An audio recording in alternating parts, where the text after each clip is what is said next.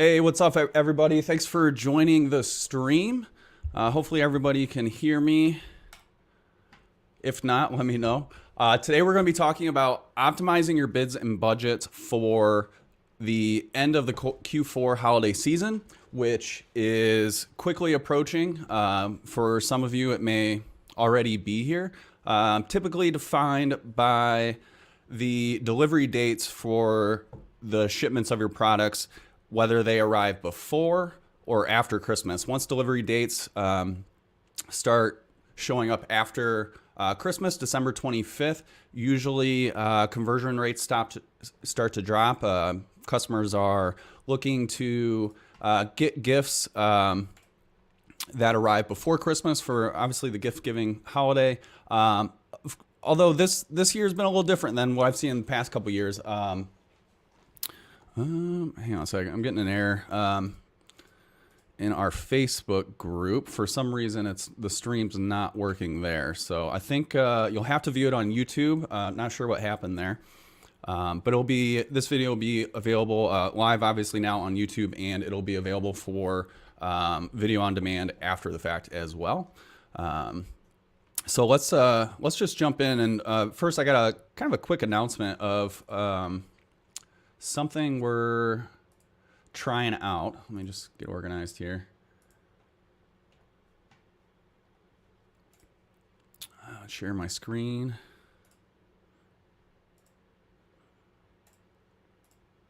I'm gonna try not to have to flip between screens too much. So one thing we're going to start doing is for any questions for these Q&A sessions, we've gotten some really good feedback that people like these and like being able to ask the questions, and we want to keep doing these Facebook Lives and do the Q&As. It's been a little difficult to keep up with questions in the comments at times. So what we're doing is this new question submission form that you can submit your questions at any point in time, whether we have a live scheduled or not. And we're going to keep a database of all these questions so that we'll answer them in any of the future Q&As that we do. And this will allow us to kind of organize these just based on category and so forth. So we can kind of have a little bit more focused Q&A sessions, make them a little bit more easy to watch. So the link to that is in the comments. It's bit.ly/adquestions. It'll take you to this form, and yeah, just submit your question, any images that need to go along with it. If you need to post screenshots of your campaign metrics, that sort of thing, you can do so, and we'll keep track of all these questions and go through them. So let's start with ads. So like I said, this has been a little bit interesting of a let me get some windows up here. Q4, where sales are still going pretty strong so I sell on merch, so as many of you do as well. Most of the Merch by Amazon products are now showing delivery dates past Christmas. It does depend a little bit on the product. Top sellers are still showing before delivery dates before Christmas. So some of those are still selling quite well. So that makes it a little bit more difficult to optimize your campaigns, in that you want to be strategic in what you're changing your bids and budgets for. Now, when it comes to the end of Q4, all your delivery dates, you typically see that cliff that happens in sales where you go from selling like hotcakes to just all of a sudden that sales cliff because those delivery dates are past December 25th and customers stop buying, which makes your ads a lot more expensive. Your ACOS gets driven up and they don't convert as well. I haven't seen that as much this season, even on products that are showing delivery dates past December 25th. Today, so I have two products that are still selling, the top two that are still delivering by December 25th, but you can see I'm still selling quite a few other products. So it's 5 o'clock my time, 6 p.m., a little after 6 Eastern time, and 57 different products have sold. So that so even though these are showing past Christmas, there's still sales to be had. So with that, my biggest recommendation is there's been a lot of questions that come up as like, should I pause my ads? When do I pause ads? When do I decrease bids? When do I decrease budgets? First off, I'm not a fan of ever turning off campaigns entirely. Even for seasonal products like Christmas designs or things of that nature, I still don't recommend turning those campaigns off. And I'm more of a fan of just decreasing your bids to an extreme amount in most cases. And the reason why, when you pause your campaigns, there's no telling what's going to happen if it's paused for any length of time, of if that campaign will be able to recover. That's not always the case. It can happen where you all of a sudden turn your campaign back on and it starts to perform like it normally does. But I have seen instances as well where that doesn't happen, and a campaign that used to perform well after being paused for some time, when it is re-enabled, it's no longer performing. So I'm not a fan of pausing any campaigns, and instead I take the approach of just significantly decreasing bids. And we're at the point now you should start considering, if you haven't already, decreasing your bids and budgets across all of your products that aren't delivering by December 25th. So I've already done several optimizations over the last few days. Started seeing delivery dates show past December 25th, and it does vary, especially with merch, or if you're doing like FBA, where the customer lives at, or just the processing times. I've seen that even for the same product, same location, delivery dates changing a little bit. So you do need to keep a little bit of an eye on that. My recommendation is just focus on your top sellers. I mean, as you can see here, I have one product that's doing most of the work for my own portfolio. So that's where I'm going to kind of focus my time at, kind of the 80-20 rule. And yeah, go from there. So let's talk through kind of some of the optimizations that I made. And we can actually use Merchart for that, because I am, so I use Merchart pretty extensively. You don't have to do all these optimizations. It does make it easier, and we'll kind of get into why. And then we're going to just jump in, and I'm going to continue optimizing for my account. And I have another account we can go in and optimize as well, and just kind of talk through some thought processes and what I'm looking at. But some of the bid optimizations that I've made already, let's see, when I started 2 days ago. Yeah, so you can see here, let me add some more here. So Merchart gives you a history of any actions that you take through the app. So the biggest one 3 days ago, when I started seeing those shipping dates past Christmas, is just massively decreasing bids on all of my products that aren't showing to be delivered by Christmas. So pretty much everything but a couple products. And what I did was just go in and just do a bulk optimization to decrease all of these by 80% for the bids. And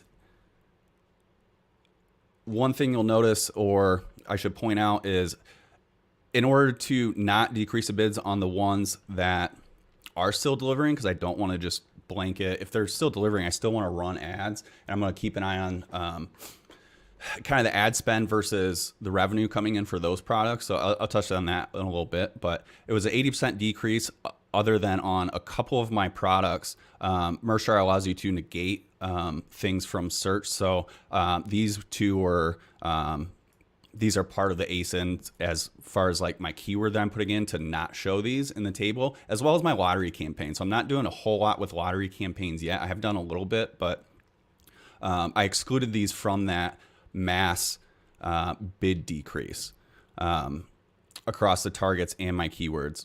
The other thing I did as well is decrease budgets across all these same campaigns that aren't delivering by Christmas.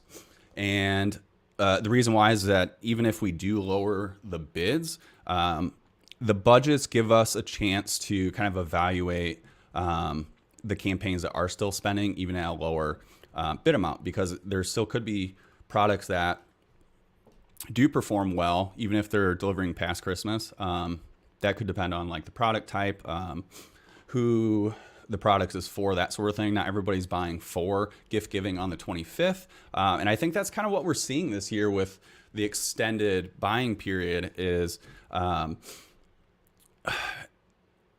couple of the things we've seen is people start buying earlier. And I have no way to know for sure like what these trends look like for everybody, but it also seems that people are buying gifts for possibly events that are past the 25th, families that get together after the Christmas holiday, whatever that looks like. I know at my family, we do something similar, have like 4 or 5 Christmases spread out over a couple of weeks kind of thing. And I think a lot of people are in that position too. So not everything does have to be delivered by Christmas for people to purchase. And that's, I think, what we're kind of seeing with people still buying these other products that aren't delivering by then. So if you haven't already and your products are showing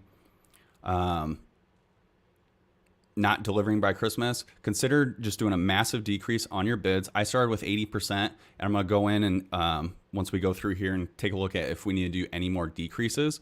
And you can see I did more a couple days ago. I decreased some additional ones on my best-selling products, the ones I indicated earlier. I started lowering those bids. So I'm starting to prepare for that drop-off, even on those best sellers, just by kind of slowly ratcheting down those bids to not get stuck in a position where they stop delivering. I'm still running ads at a high bid, high CPC, and they don't convert. So you waste a ton of ad spend, and it can happen really quickly.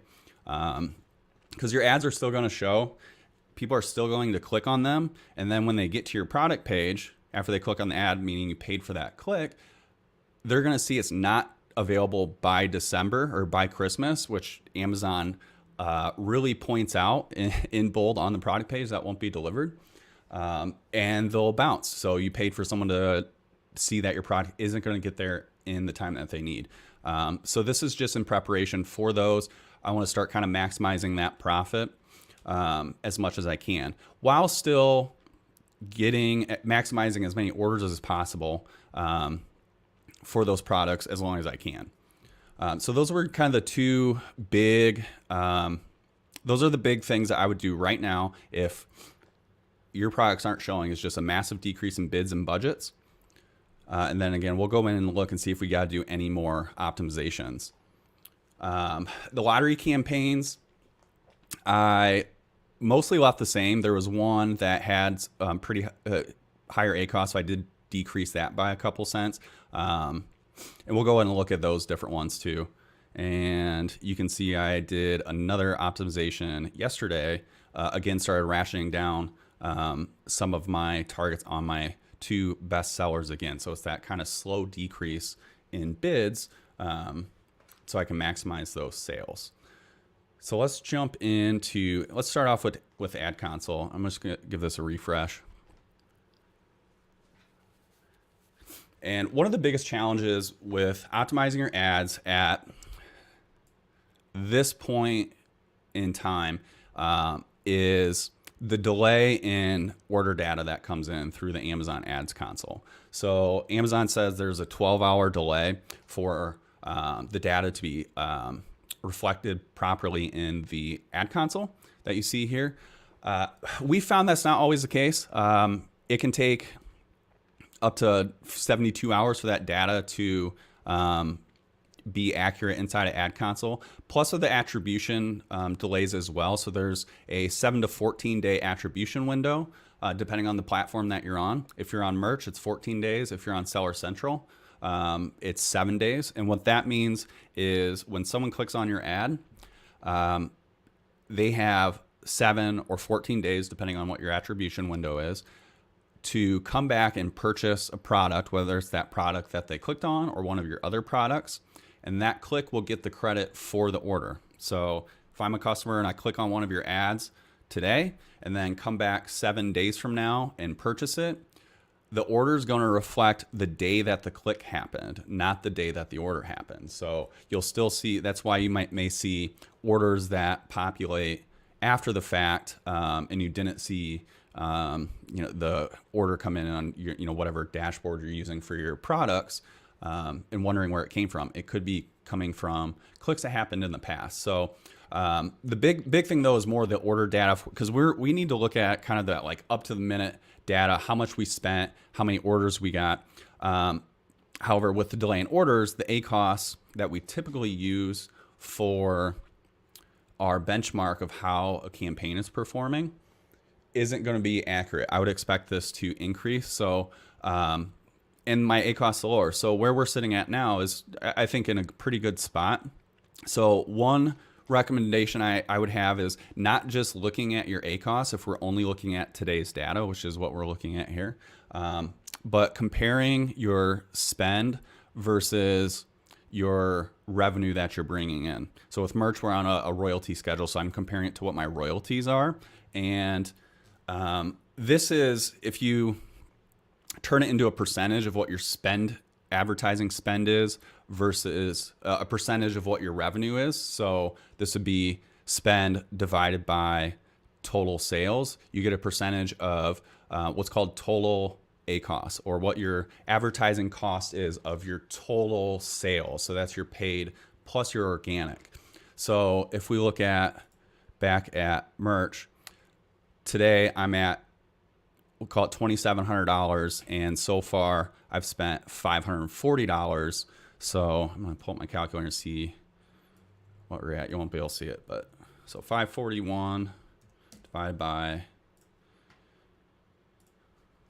2691. So that is a 20% total ACOS when it's based on royalties, which is what I'm going to base it on for merch. If you're selling like Seller Central, typically this is done off your revenue, not like your profit. So with merch, that's a little bit trickier to get, and it's not as relevant since our revenue is strictly our royalties.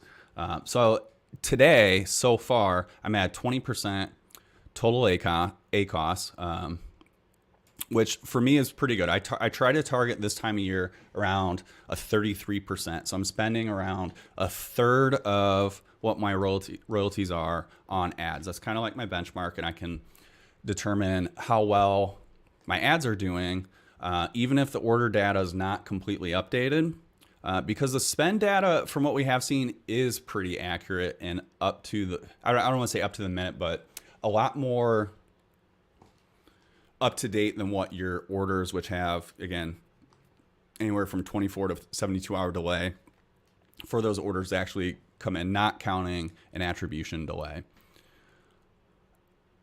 So seeing that, I'm at a pretty good place with my biz just on an account level.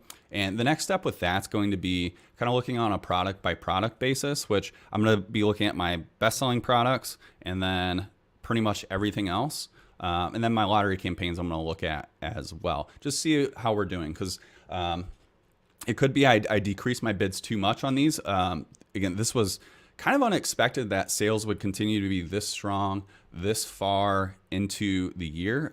Last year, that sales cliff happened on the 12th or the 13th. So we're on the 15th, and it looks like that we may still have at least another day or two in sales based on the current delivery dates. But that's something you do want to check every day, if not more often, just so you don't get caught off guard when all your products start delivering after the 25th, your conversion rates plummet and you're still spending on ads like you were selling during the peak of the season. So let's just like jump in and start looking at a couple products and maybe making some optimizations. I'm probably going to use Merchjar for some of this, and I'll jump into Ad Console and I can show you how to do some of the others as well. The thing I like about Merchjar, which is hard to do in Ad Console, is negating specific products. So if I want to look at everything but a few different products, that's kind of difficult to do here unless you start exporting reports and spreadsheets and things of that nature, which I try not to do. I like to be a little more efficient, which is why I use Merchjar. So what we're going to do is in Mershar, pull up our targets, and this just updated an hour ago, so we're pretty up to date on our campaign performance. And what I want to look at is just a pretty short date range of just the last couple days and just see how we're performing here overall. And let's start by, let's look at everything else first. Everything that's not delivering, or most likely isn't delivering by Christmas. So to do that in Mershar, if you are a Mershar user, you can just type in the minus sign, not, then colon, and then a keyword or something that's in the campaign title or ad group. So I have some just ASIN, partial ASINs memorized that I use for this. And if you have multiple words, like if you were to put in like cat shirt, you would just wrap that in parentheses and it'll pull that in. Not looking to do that, so I'm going to do these other campaigns and my lotteries as well, because I like to optimize those on my own. So this should remove all of these targets, so I'm left with pretty much everything else. Let's see, how are we doing? And if you see here, not getting tons of clicks. Only 33 clicks across 476 different targets, but only one order. Let's see where this order's coming in. So we have one. Yeah, it's just kind of a random product. But the nice thing is we're not really spending a ton either. So we spent $3 on all these in the last few days. So it's possible we did maybe be a little too aggressive in lowering the bids. And what we can do is just maybe pop these up a little bit. And I'm not going to get too crazy with these. So you can see, so this was my 80% decrease. Most of these are pretty low.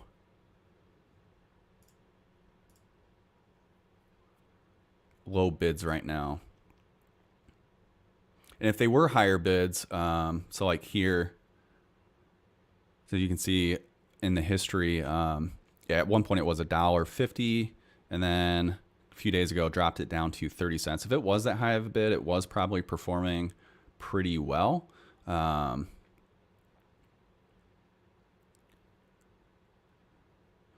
I think I'm just going to pop these up just a little bit. So I selected all of them. I'm going to do a bulk action here, and I'm just going to increase the bid. We could do this percent. I'm just going to go 5 cents just across the board. Just a small pick me up here.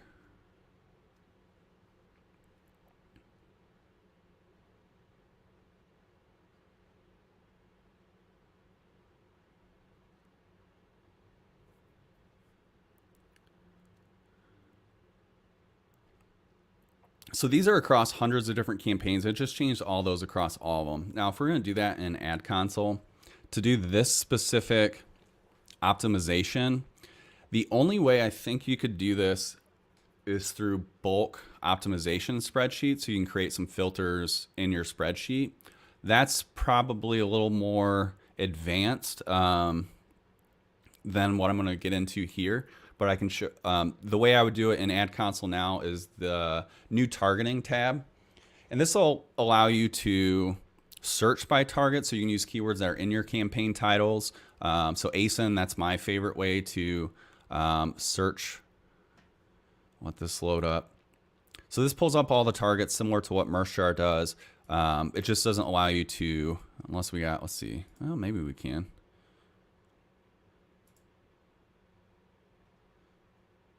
No, it only allows you to add certain ones. We don't want to do that. So the negation is something that doesn't look like it's in there, but you could search by specific.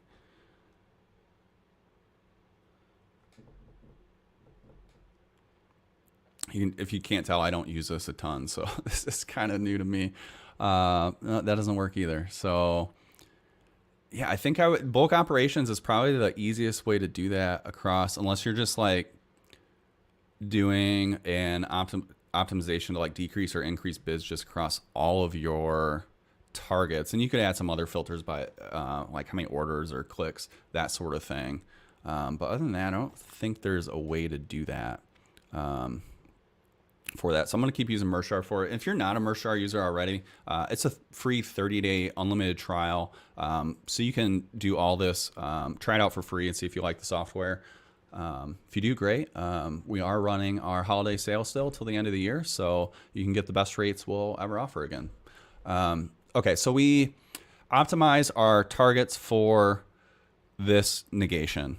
And what I'm going to do is now also look at keywords. So the way the Amazon API works is they split up targets and keywords, and the difference between them is your targets are your product targets. So anytime you see an ASIN in your search term report, which means that someone clicked on your ad from that ASIN's product page and then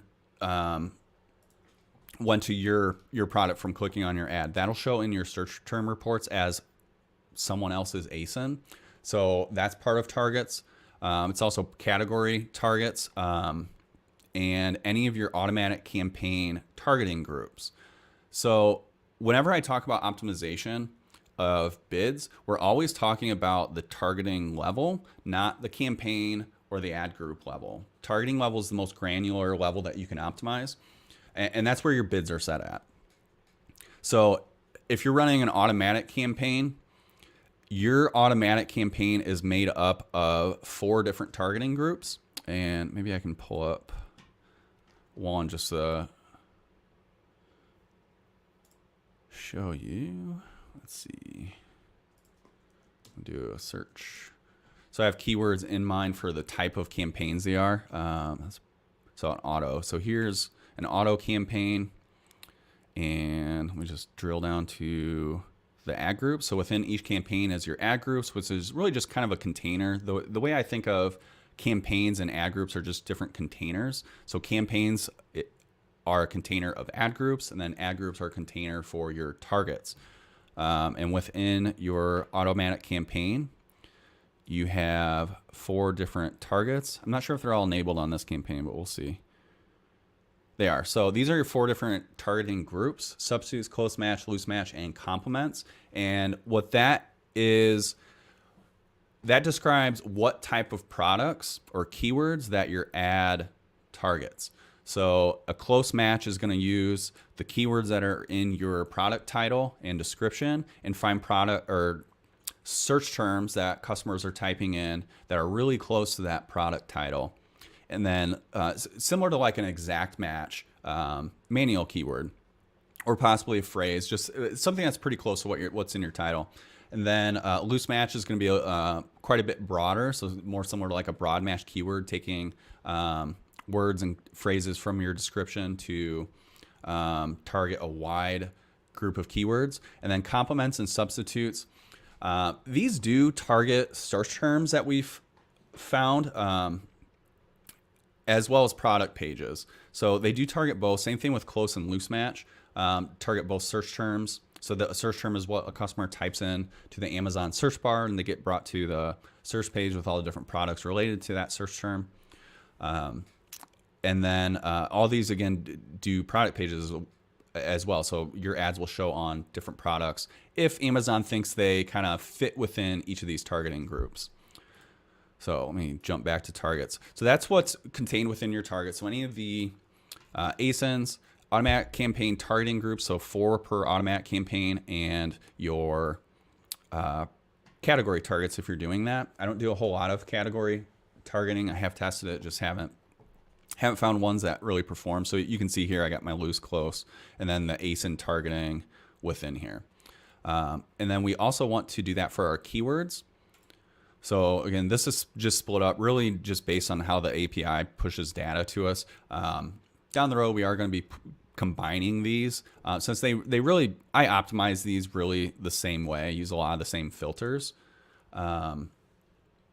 So functionally, there's not much difference in how you optimize these. We just have them split up. And again, we're going to combine these eventually, and they'll just be different filters. So you can filter out your, if you want to just drill down to specific exact match or loose match or whatever that looks like. So now we're in keywords. So we're going to look at our different keywords. You can see here it's broad match and tells you if it's exact match. Those are the two type of match types that I use, broad match and exact. I don't tend to use phrase too often, although it can be worth testing for if you'd like to. The reason I don't is because broad hits every single target that a phrase match will. For those that aren't aware of, a phrase match is going to target any, if your keyword is golf cart shirt and that's a phrase match, it's only going to target search terms. So again, what Amazon customers typing into the search bar, if it has golf cart shirt all put together, but it can have additional words before or after it. So it would target something like green golf cart shirt or golf cart shirt for men, but it won't target golf cart men's shirt since it's not that phrase all put together. Where a broad match would or potentially would target different combinations of this. It doesn't need to have that search all together.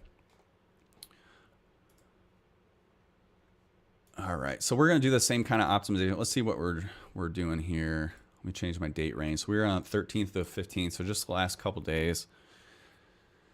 Kind of after that, big optimization. So we got $15 in spend. 40 clicks, so nothing too crazy. Let's take a look at our conversion rate. So our conversion rate's actually still pretty good on this. Typical conversion rates are going to be, I don't know, 6 to 8%. Somewhere in that range. A good conversion rate would be like 10% and above. So this is pretty good on, I'm just going to sort these by the order, see what we got. So this one's still performing. What do we do here? So this had a pretty high bid. So I think I'm going to increase bids on these three. And then I'm going to go through and increase them all as well. So let's just increase these. And these will get increased twice, which I'm fine with. So let's do, I don't know, let's do like a 25% increase.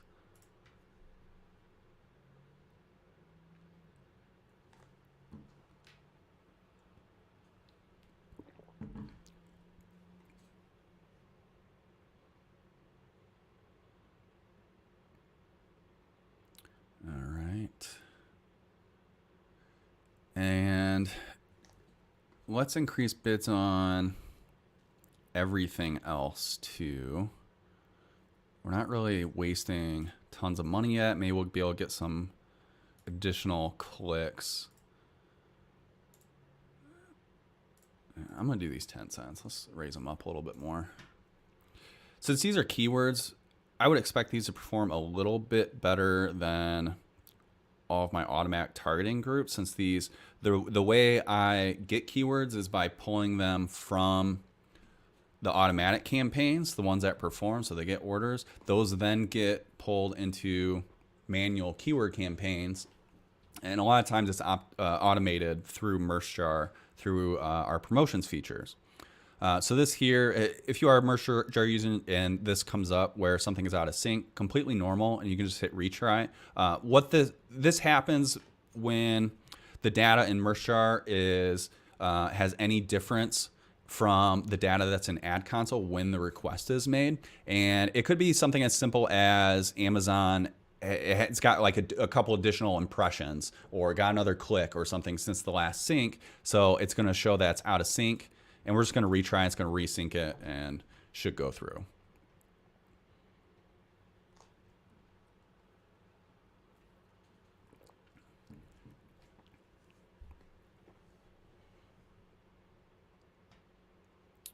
All right, so just like that, we've gone through and raised bids a little bit on all these that we might have been a little bit overzealous on. And if you want to be really conservative, it's fine. You can just take more advantage of all the organic sales that are happening right now. I want to kind of squeeze as many orders as possible for as long as I can. Not only for increased revenue, but just for ranking purposes as well. So if everyone else is decreasing bids, it makes my bids a lot more competitive. And if I can pull some additional orders, that just only helps your ranking as we move into the new year. So now I've done that for all my products that aren't my best sellers or aren't delivering. So now we can start looking at our individual best-selling products that are still delivering. I want to kind of, so I'm going to just double check, make sure these are still delivering. And this is what I'd recommend doing as well, is just every once in a while. I mean, you could do it on every few hours. That's how often it can change for when these are delivering. Go into your product page, select your options. So this best-selling product is still showing delivering by December 23rd. So hopefully we got another day or so out of this. So we're going to take a look and see what we want to do.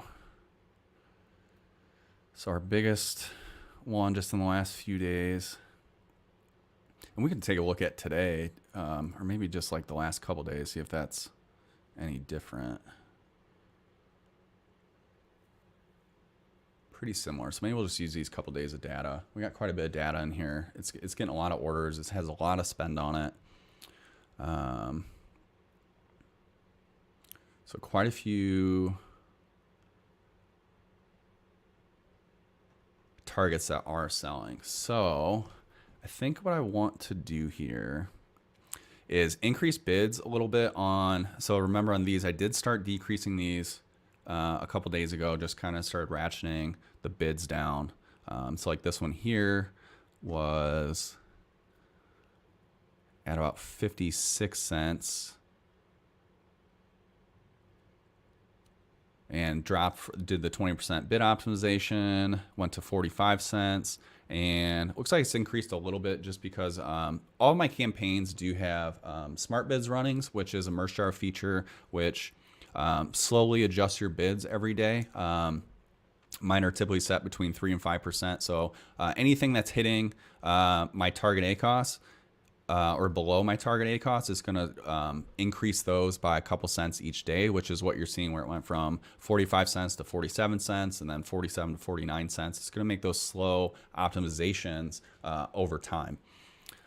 So these are ones I want to increase. So I'm going to add some filters.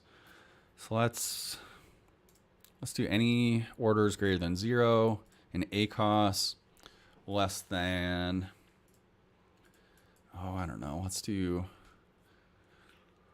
26%. Break even's about 26%.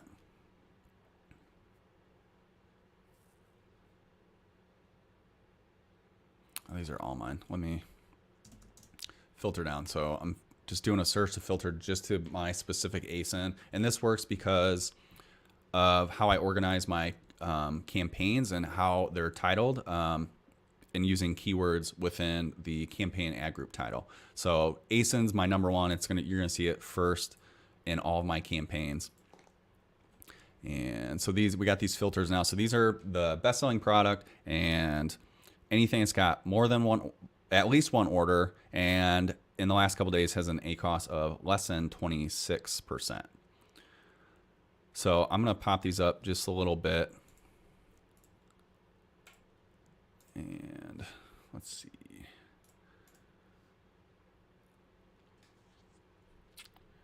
Maybe we'll do another 15%.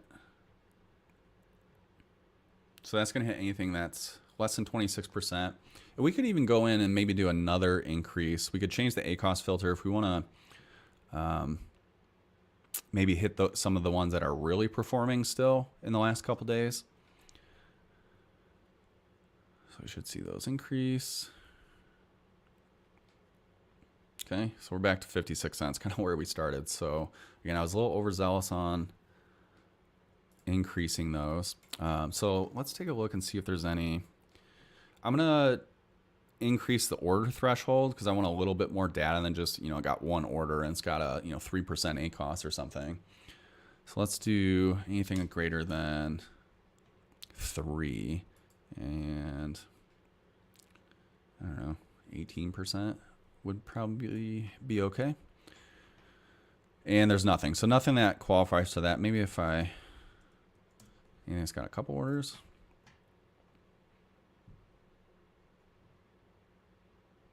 All right, there's a couple orders here.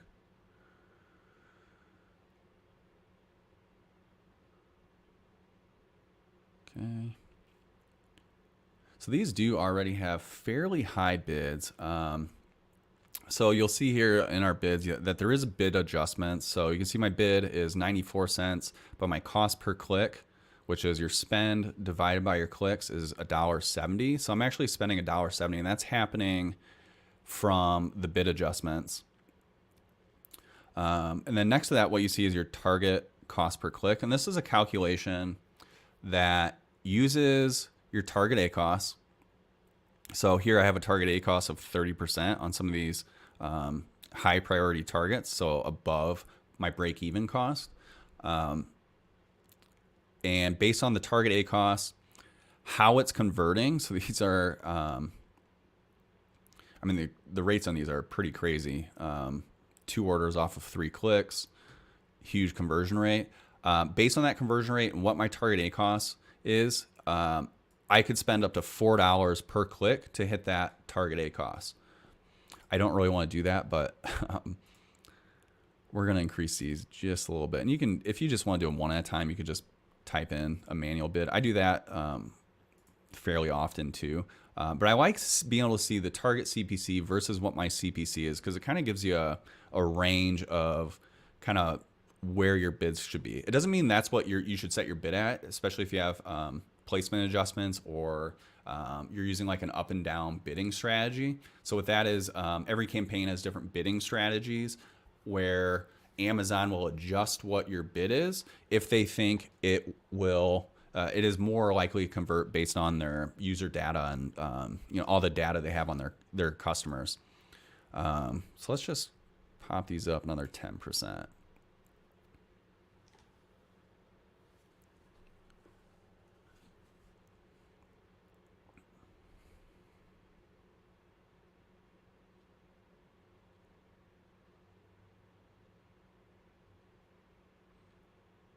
All right, so we've taken care of our targets that are doing well for this product. Now let's take a look at ones that aren't doing as well and ones that are more wasting ad spend. Let's see. We could do ACOS.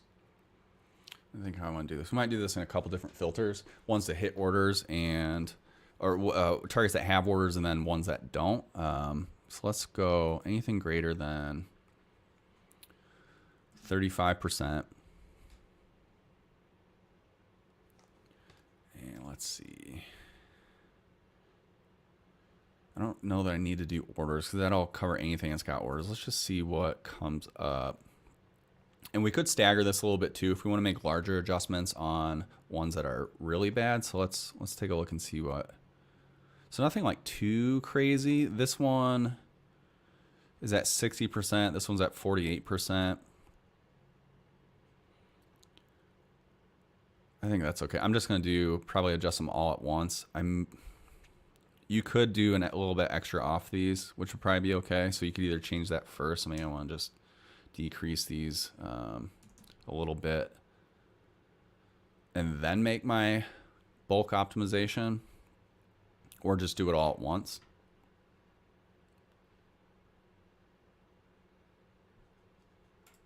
All right, let's do that. Got them all selected, and we're just gonna decrease a little bit. So just keep kind of slowly ratcheting these down.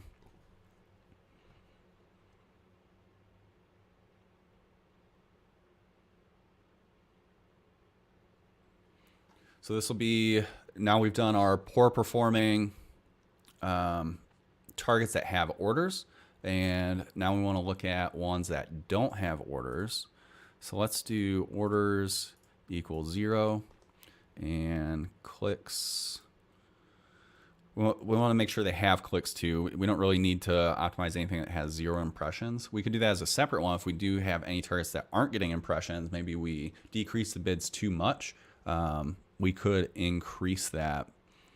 You could even do some cool stuff in here, like recipes that maybe I'll show that next, where anything that was getting orders and then now it's not in a more recent time frame, or now it's not getting impressions and it was, or getting clicks and performing, you can increase those. Maybe we'll jump into that next, instead of doing like every single product for these. So we got, let's just see what this brings up. I may want to increase the click threshold if something's only got one click. Yeah, these don't even have a ton, but in the last couple days, I've spent $50 on all these targets, so 40 different ones, and 0 orders, which it's not crazy versus just the number of targets that this product has.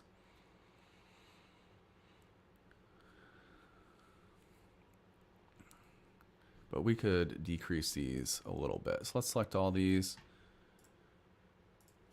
and just take these down a little bit too. And this is what my process is going to look like over the next few days, just as we get into closer to that sales cliff that is pretty inevitable to happen. If it doesn't, that'd be great, but I don't think that's likely to be the case.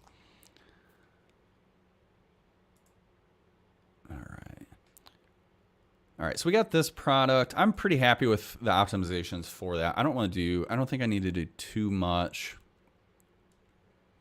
I could do 0 impressions, but I think I would rather, maybe we can create a recipe just for this specific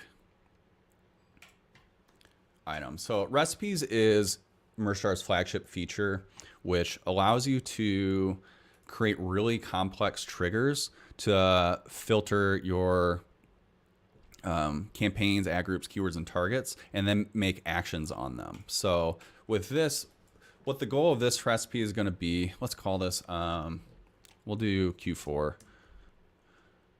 because I'm going to use it just specifically for this. It can be useful for other instances too, but this would be, we'll call it 0 impression. So let's see, over the last, so let's look at something that sold within the last, I don't know, 5 days. Over the last 5 days, orders greater than 1. I'm just going to wrap this in parentheses. And this is one of the coolest features about recipes, and I don't know of any other software that does this, is that you can use 2 different date ranges to filter your results, which you can end up creating really powerful automations doing this over the last 5 days. So let's look at over the last 2 days, impressions equal 0. So what this is, so things that, actually let's change this to 0, greater than, so at least 1 order over the last 5 days. So it was getting impressions because it got orders. And we could do some additional things too. And ACOS less than, I don't know, 40%, something like that. So additional filter there. But over the last 2 days, it dropped to where it's not even showing anymore. So maybe we're a little overzealous in I need a different word. What's a different word for overzealous? I feel like I've done that like 100 times. Let's refresh this. So there's 11 targets this applies to.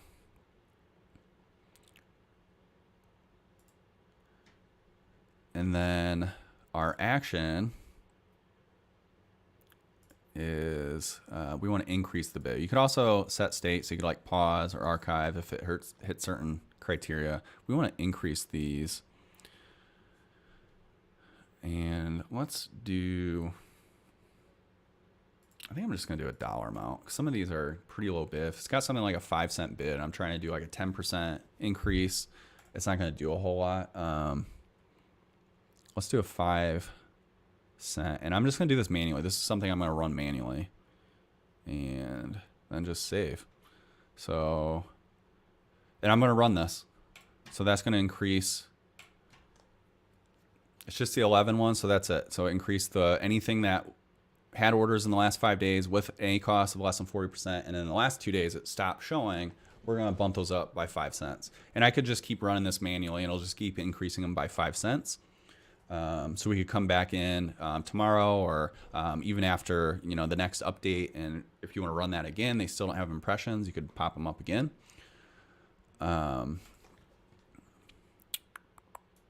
So let's see. Let's maybe take a look at some questions. If you do want to submit any questions, put that on bit.ly/add questions, and we're going to keep track of those for any future ones as well. If we don't ever get to them or if you submit those later, we will be able to organize those and so forth. So have a question.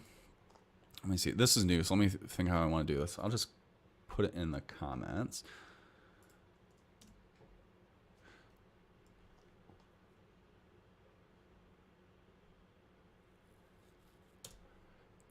This is from Ricky. Daily budgets, placement adjustments, bids. How do you determine which to adjust when sales are good on a campaign? Well, the primary metric for any adjustments is ACOS, or you could use ROAS if you like that. I prefer ACOS. They're the same thing. So ACOS is your advertising cost of sale. ROAS is your return on ad spend. They're the inverse of each other. So I like ACOS just because I can base off my profit margins, where ROAS is a little harder to calculate that. So if my profit margin on a product is 25%, I can use that as a baseline for what my target ACOS is going to be, and adjust from there. So if I want to be conservative, my target ACOS might be like 20% versus my 25% profit margin. Or if I want to be more aggressive, it might be higher. I might have like a 30% target ACOS, even though my profit margin is only 25%. Where with ROAS, your 25% profit margin is a 4x ROAS. So you got to do a little bit more, mental gymnastics to figure out what your target ROAS would be. But I prefer ACOS. So really it's based on like when you determine which to adjust. Each of these are going to be a little bit different. So let's start with like daily budgets. And this time of the year is going to be different. So as I mentioned earlier, I slashed all my daily budgets other than on my top products by 60%. And what that allows me to do is, well, let's actually see. See if there's anything out of budget. It gives me a chance to kind of look at, and I don't have anything out of budget yet so far, even though I slashed everything by 60%. It just gives everything kind of a roof, so I know it's not going to overspend in this period of volatility, I suppose. But if we're looking at when to change these daily budgets, normally I increase daily budgets throughout the year. I don't tend to decrease them a ton, but I'm increasing them basically when I run out of budget, which there is a nice new tab within Ad Console. So I do use Ad Console in tandem with Merch. I need to change my date range. That's maybe why. Here, let's change this to the last few days. So this is after I changed. So there's nothing. What this tab lets you do, my favorite thing with it is it's going to show you if anything is out of budget. Let me add some filters here. So we want enabled. And then average time and budget. This is what I'm using here. So what that does is it gives you a percentage of time that this campaign was in budget. So it should populate, I would think. Maybe we gotta do, sorry, just trying to get some data on the screen here. All right, so here's, got our targets. Or I'm sorry, campaigns, all our different campaigns. And it gives you the performance data too. So orders, ACOS, and again, ACOS is what I'm looking at. So setting your target ACOS, that is probably the most important thing you can do, which I did write. I'm going to drop this in the comments. I did write an article a little while back about choosing your ideal target ACOS. This is something that you should do before you're even running ads. If you don't have an idea of what your target ACOS is, you're kind of flying blind within your advertising. Your target ACOS is your benchmark for anything that has orders. If you don't have any orders, you don't get an ACOS. So we use some other things, so with the daily budgets and well, this is still loading, but I can't blame too much because it is in beta. But typically this works, but this will give you a number between 0 and 100, where 100, it means this campaign never ran out of budget. It was within budget 100% of the time. If it was less than that, so 99.9 or less, it means that at some point during this date range, maybe if we extend this out, we can, there we go. So we have ones that did not have enough budget to make it through the entire day at some point. So you can see like the little red, might be hard to see on here, but there's a little red dash lines that kind of show you what you could have hit. They try to estimate how many misimpressions, clicks, sales. But what I do with the budgets here is average time and budget less than 100. So this will just show me anything that ran out of budget at some point. And then you could add your additional filters, like if you want to have like an order threshold for a couple, and then ACOS as well. Or I might just kind of eye them and see if I want to increase bids at all. I'm not going to increase any budgets at this point just because I've already lowered them. And this is including past history. I'm really looking at more of the last couple days, or trying to. But this is what I'd look at. How long they were in budget, what your ACOS was. If it's performing within your target ACOS or close to it, I would increase the budget. And when I do that, I usually take the suggested budget. So like this one's $25. And if it's performing well, I may increase it over that amount as well, because I have seen that they are, I don't want to say accurate. They probably are based on what Amazon thinks the traffic's going to be, but a lot of times you'll end up having to increase the same campaign several times.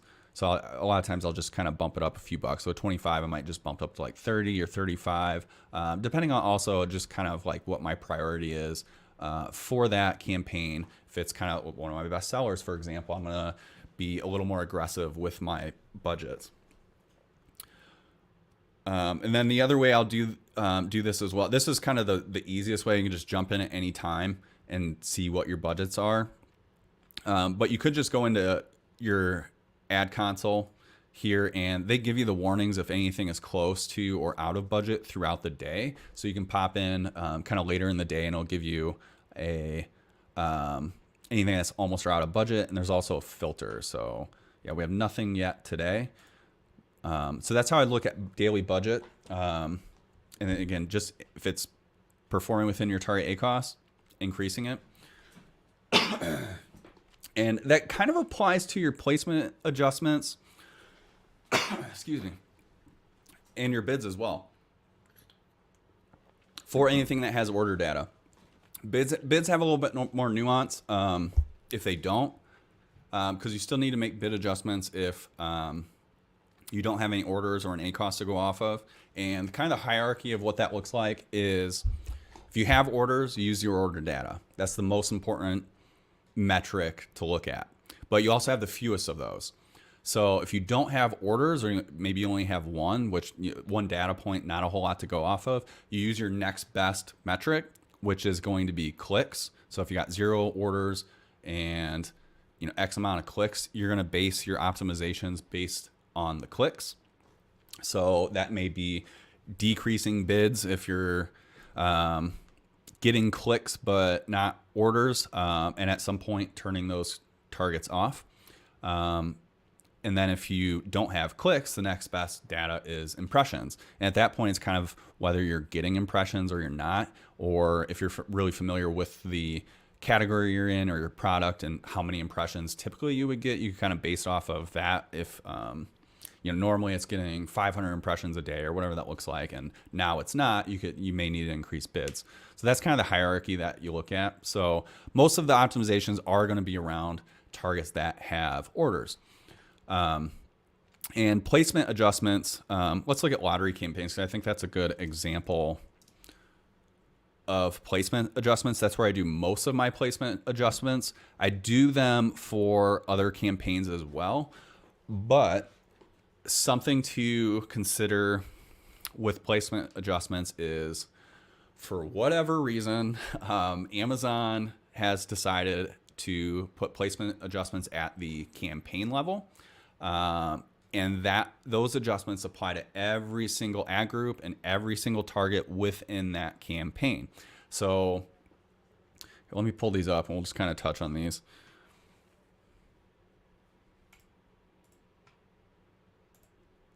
So here's our placement adjustments. This is on a lottery campaign. And I have an adjustment on top of search. And you can also put an adjustment on product pages, but not rest of search.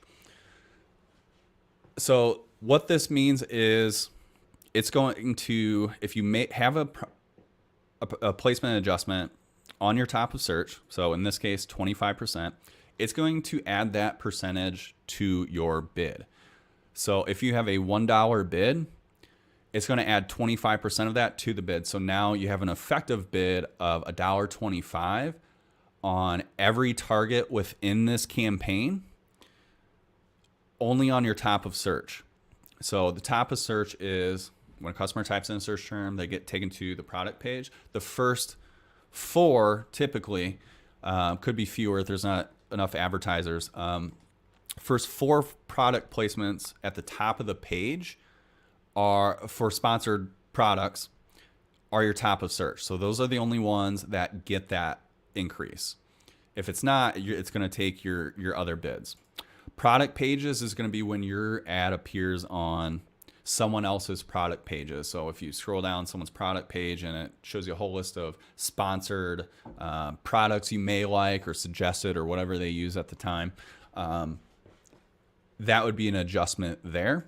And then rest of search is every other product placement or ad placement, and those you can adjust. So there's some caveats to using placement adjustments. Being that first, the biggest one is that they apply to every single target within your campaign. So you need to be a little bit strategic on where you're doing these placement adjustments at.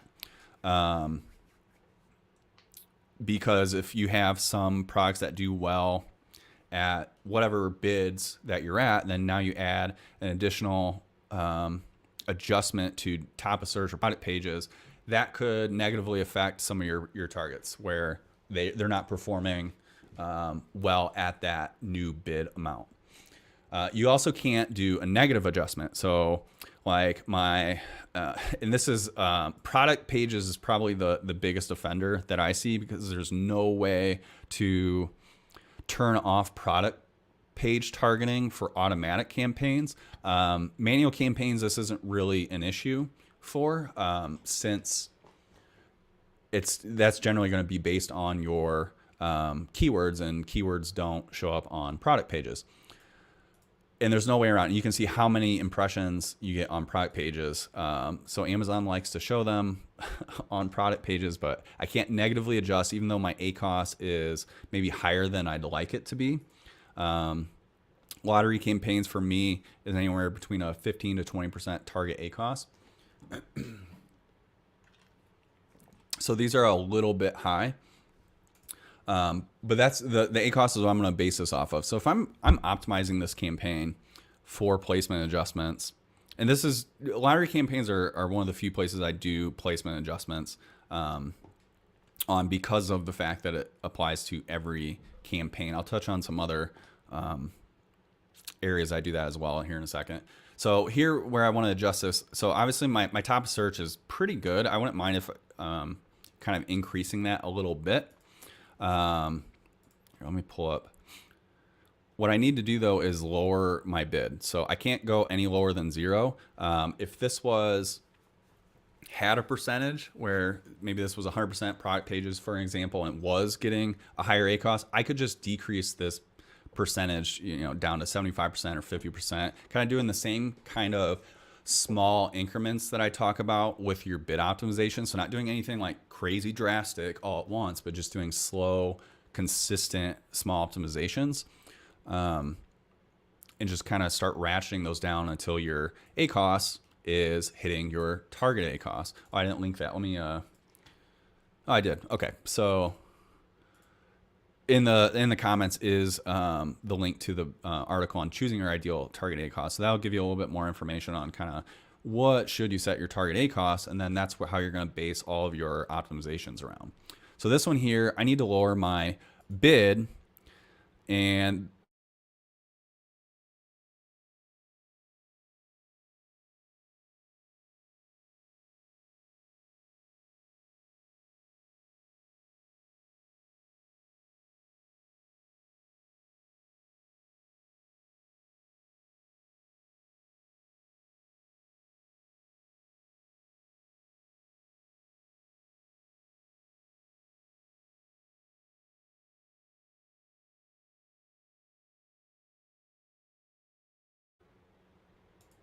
all right, I think I'm back. I don't know what's going on with my internet. I'm supposed to have good internet, but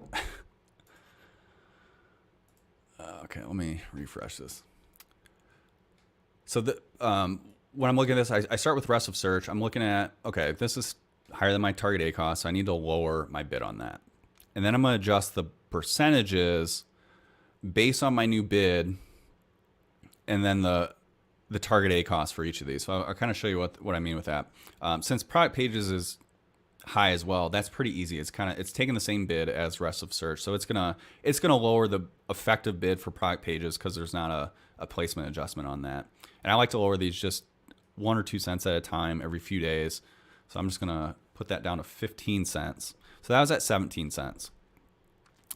Now that also lowered the bid on top of search, which that one I want to increase. And let's see. So I'm going to do some math. I need a calculator in here I'm not going to switch screens, but so it was a 17-cent bid before. So the effective bid for top of search before I changed it was 17 cents times 1.25. So that takes the existing bid and adds the additional 25% to it. So it had an effective bid of 21.25 cents. So 21 cents. Now, without making adjustments, we're at 15 cents.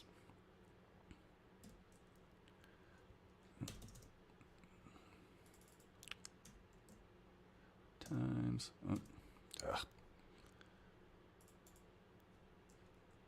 sorry, I forgot how to use a calculator. 15 cents times 1.25. So this is assuming we don't make any adjustments. It's now 18.75 cents. I don't know if they round up or anything. We're just going to assume it's 18 cents. So I need to make it at least 21 cents and ideally higher. And I don't typically do this kind of math where I'm pulling up a calculator and trying to see the exact cent. That's like too much time. I'm just kind of doing this for illustrative purposes. So if we made this call, I would probably pop this up to like a 50% adjustment. And what's that do? 15 cents times 1.5. So now we got 22.5 cents. So that ended up increasing it by 1 cent. So maybe we want to increase it a little bit more than that. I wouldn't mind that going up a couple cents. If we popped it up to 75%, what would that be? 15 cents times 1.75. That'd bring it up to 26 cents, which I like that. Let's just do that. So that's how you do the math on what your effective bids are. And in Mershar, we are bringing in some placement options, as well as things like within your targets, it'll show you what your effective bids are for. Let me see if I can. I think I pointed out earlier, but now that we're talking about it, I'll point it out again. So it'll show you like top of search. This is a 65% adjustment and an effective bid of 92 cents, even though it has a 56-cent bid. So it does that math for you. So we'll eventually be building in optimizations for this so you can see what your effective bid is compared to what your target CPC is for each placement and make adjustments on there, as well as automate it through recipes. So that's all coming. But as of now, it's just a very manual process through your ad console here. But that would be my process for when I'm increasing placement adjustments. The other situations where I'd use placement adjustments is the best place to use them is a single keyword campaign, which I do a few of those. So a single keyword campaign is just like it sounds. It's a campaign that has only one keyword as a target in it, typically as an exact match for myself, but it could be other match types.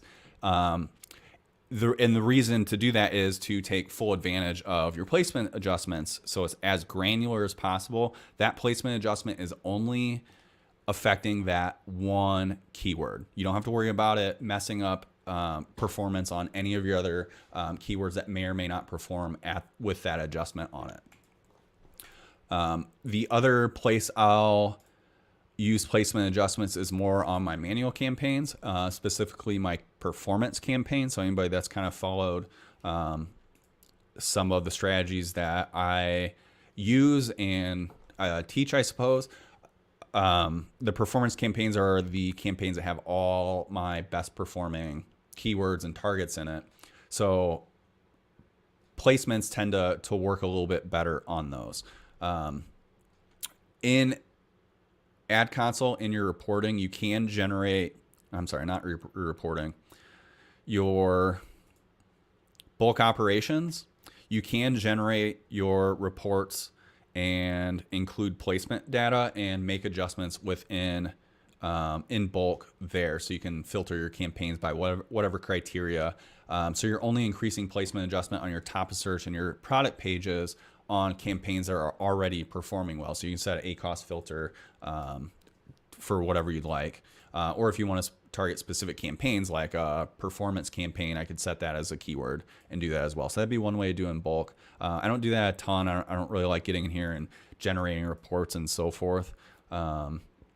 So I'll probably do a lot more of that once we build the features in Merchar and end up automating that. At this time, it's going to be mostly in my lottery campaigns that I'm going to do that process that I just talked about where I'm going in and looking at each placement adjustment. And then we're still on this question. So the bids, bids I'm going to post another article that I wrote actually, no, it's a YouTube video for 5 optimizations to do every week. And that kind of goes over of the thought process behind when to increase bids or optimize your bids.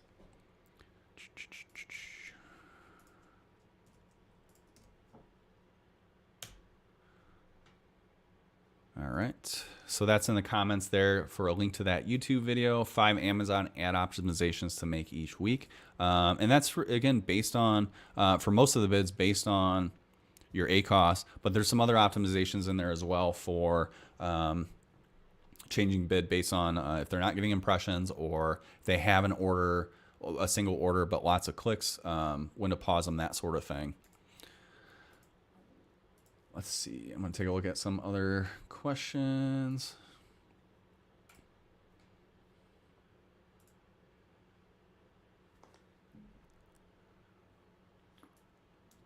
All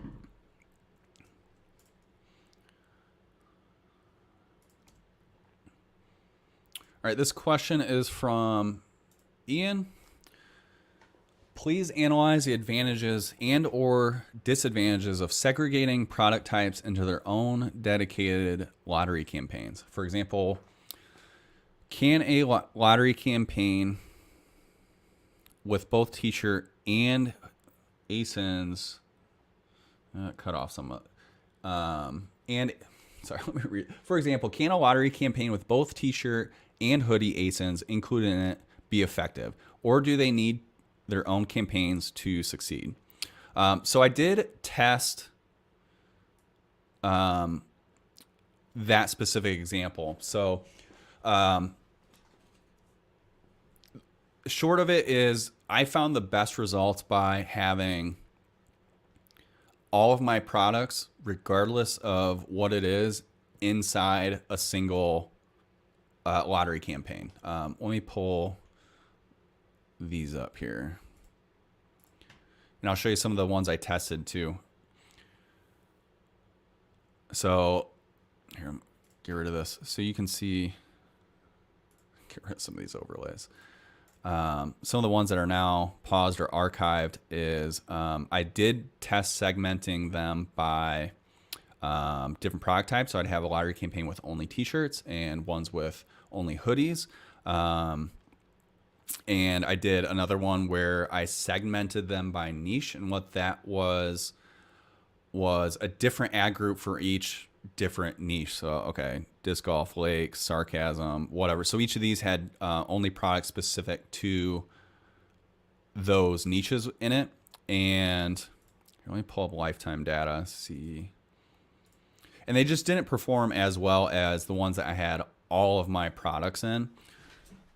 The segmentation that I found the best success with was segmenting your lottery campaigns by the automatic targeting group. So lottery campaigns are always I shouldn't say always. You could do this with manual campaigns, but kind of takes away, I guess, like what a lottery campaign is for. So lottery campaigns are all within an automatic campaign, and going back, every automatic campaign has 4 different targeting groups: close match, loose match, complement, and substitute. And when I first started these, I had all 4 targeting groups enabled. And what I found, and what you find across, you can find across all of your campaigns, is each of those targeting groups can perform wildly differently. You may have close match just knocking it out of the park and just crushing sales, and then you have loose match or whatever else, probably complements and substitutes, most likely just bringing down the campaign because they're not performing at any placement, or maybe it's a specific placement they're not performing, like top of search or product pages, whatever that looks like. So what I found to have the most success is taking these lottery campaigns and having a separate campaign for each of these automatic targeting groups. So I have one for my close match, I have one for loose match, and I have one for substitutes. And you'll see here I have 5 of them that are enabled at this point. When I started off, I had one lottery campaign, all 4 targeting groups enabled for all of my products. So that's the all ASINs. And then I had another lottery campaign with only products that have never sold before. And I ended up segmenting it that way because I didn't want Amazon to only push impressions and clicks to products that were already selling. One of the main goals of a lottery campaign, and kind of where the name comes from, is to sell products that just, if you have a large portfolio, to start showing and selling products that haven't sold before. That's really one of the main goals. They can do well on products that are selling too. They are designed to kind of get those cheap clicks and impressions and cheap conversions. But the primary goal is kind of get your product seen for the first time, get that first sale, and then start picking up ranking and organic sales and moving those into a single ASIN campaign if they're performing.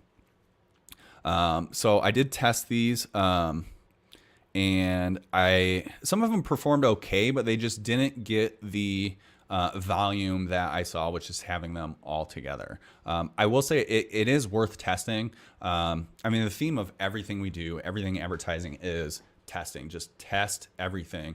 And that's something you'll hear me say over and over and over again, because what works for me and my product portfolio is not going to be the same that works for you and yours. It's going to be different. There's some best practices you can do, but just because this didn't work for me or hit the performance that I wanted to see doesn't mean it won't for you. So it is worth testing whatever that kind of segmentation looks like. My 2 cents on the lottery campaigns, though, is having a single ad group. I didn't really like the the niche segmented one, for example, where it had 100 different ad groups. That was kind of a pain to manage. And if I were to kind of do this all over, if I was starting from scratch today, if you have the product portfolio, so if you have hundreds or thousands of products already, just segmenting them by targeting group off the bat. And the reason we do that is because of placement adjustments. Placement adjustments are a much bigger deal for the lottery campaigns, or it uses placement adjustments a lot more than what my other campaigns, they rely on it a lot more. So segmenting by that, so I would start, sorry, just lost my train of thought. If starting these segmenting them by the automatic targeting groups, and what you could then do, and I've seen some questions pop up in our Facebook group, which if you're not already a member of our Facebook group, you should do that. I'll put a link in the comments at some point. But it's Amazon Ads University. You can find it on Facebook, free to join. We have thousands of members, and it's a fantastic group. A lot of helpful, knowledgeable advertisers in there as well, where you can also ask questions. So some questions came up is because what can happen. So if we look at this, and let's see how many. There's 311,000 products in this ad group and campaign. There's only one ad group. There's probably a large percentage of these that have never got any impressions or clicks, which we could filter impressions equal 0. So if any of these over a lifetime have 0 impressions, you could take these products that aren't, and we could probably export it maybe and get the ASIN. I haven't done this, but this is where I would go next. So actually quite a few of them, but that's more than I thought would have had impressions. So more than half of those have impressions on them, but any of the ones that aren't, and it could be they're not getting impressions because the bids being lower just aren't competitive enough for that specific product, or maybe just Amazon doesn't feel like delivering them. No one really knows it. I think we've all seen it where Amazon just decides not to deliver an ad for whatever reason, even if it was performing well in some other campaign. You could take these and stick them into a new lottery campaign, which I may start testing come January. I'm not going to do a whole lot with creating new campaigns at this point. That's going to be once we get past this holiday sales period, which this year's a little bit different. So we're going to kind of play it by ear, but in years past, I've seen it get back to more of a normal sales period, at least like normal for the new year, after the first week of January or so. So that's kind of when sales start to like normalize to what they will be past that kind of holiday period. We get into a real lull here at the last couple weeks of December, first week of January, where they're lower than the average sale would be in January. So that's where January is where I'm looking to kind of maybe reorganize, and you're kind of restarting the whole optimization process completely over for all your products after you just drastically reduced all your bids to avoid those low conversion rates due to the delivery dates, for example. And if you're looking to do any kind of like new campaigns like this, January is a great time to do it. For multiple reasons too. For one, CPCs tend to be lower. There's not as many advertisers now. Q4 and this time period right now sees the most activity from advertisers. And since it's an auction, more advertisers is more competition that drives up your bids. So your cost per clicks are going to be higher. January, you're not going to have as much competition. There's not as many orders that are happening just across Amazon in general, maybe depending on your category. Of course, there's probably categories that do, for whatever reason, sell more in January. That wouldn't apply. So since there's not as many orders happening across the board, so for you or your competitors, it's a great time to rank as well. So I think most of you know I hit Amazon ads pretty hard throughout the year, but the best time to rank is when sales are lower for everyone else as well. So you just, to increase your rank or to overcome a competitor in the rankings. You just need to sell more. And since they're not selling as much as they would this time of year, it's easier to outrank somebody.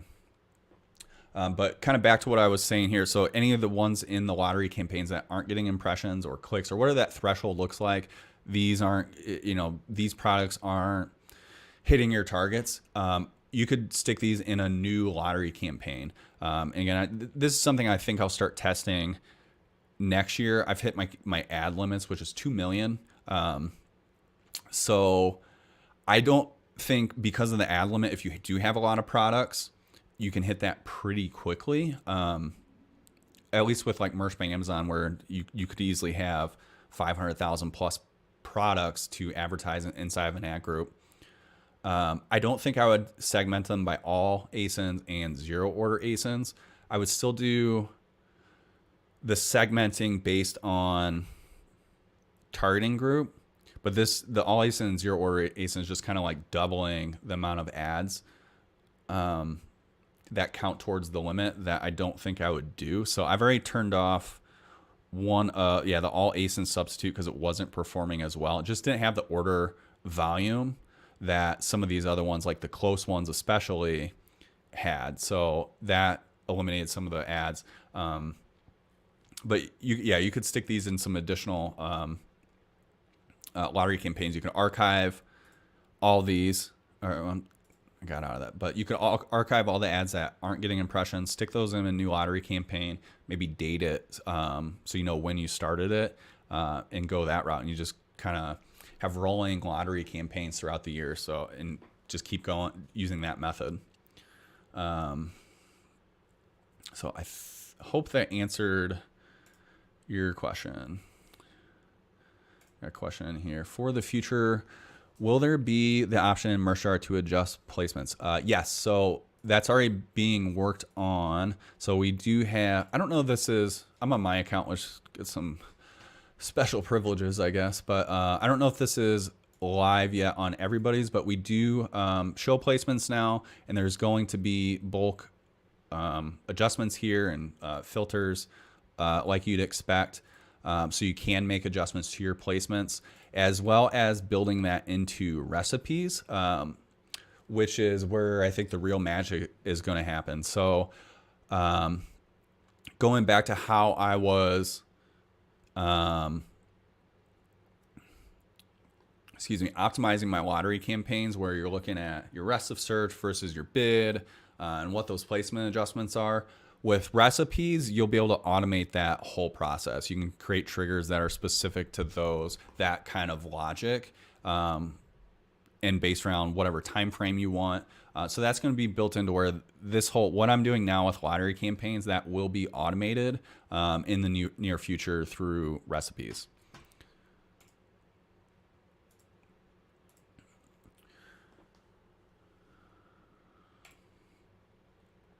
That was a good question.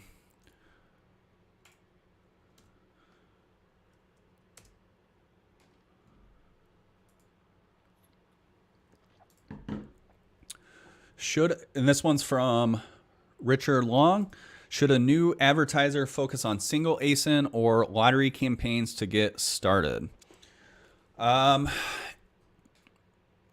would say this depends a little bit on a couple different things. I would say your budget and your risk tolerance. So if you have the budget to spend and you have a little bit higher risk tolerance where you don't mind kind of spending a little bit money to learn the system and how ads work and just to kind of get everything working, I would say both.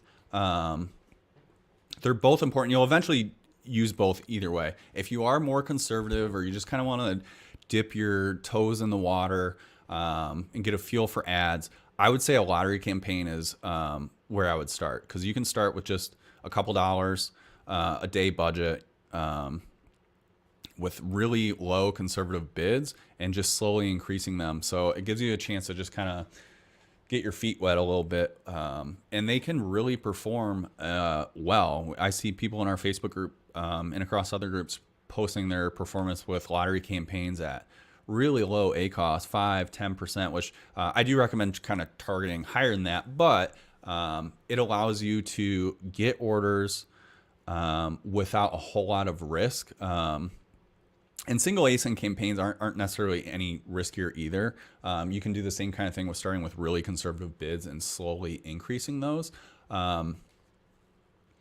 But if it were me doing this, I would start with a lottery campaign for sure. And I would do this even if you're not new to ads. If you're not running a lottery campaign, as soon as the video ends, go start one.